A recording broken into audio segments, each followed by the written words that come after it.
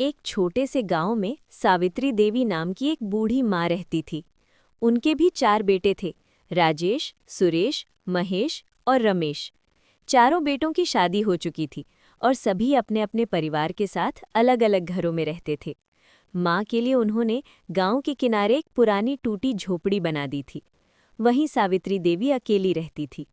उम्र अब बहुत हो चुकी थी, कमर झुक गई थी, आंखों की रोशनी भी कम हो गई थी। चलना फिरना भी मुश्किल हो गया था।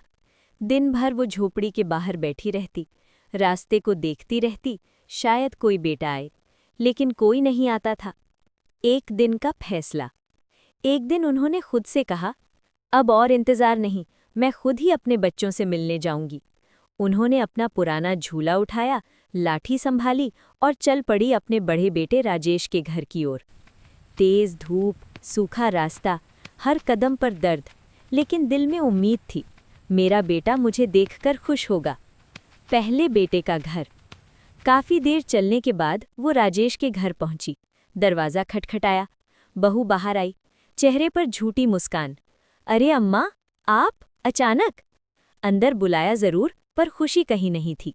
बेटा भी आया, लेकिन उसने सिर्फ इतना कहा, अम्मा पहले बता देती, हम लेने आ जाते। दिन बीतने लगे।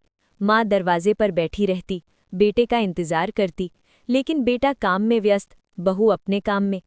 एक दिन माँ ने खाना मांगा, तो बहू बोली, अम्मा खुद बना लिया करो, मुझे टाइम नहीं है। माँ चुप हो गई, रात को आंसू बहाती रही।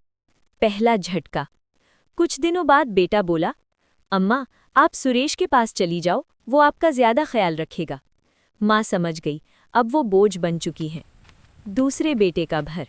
सावित्री देवी फिर चल पड़ी। अब शरीर और भी कमज़ोर था, लेकिन उम्मीद अभी बाकी थी।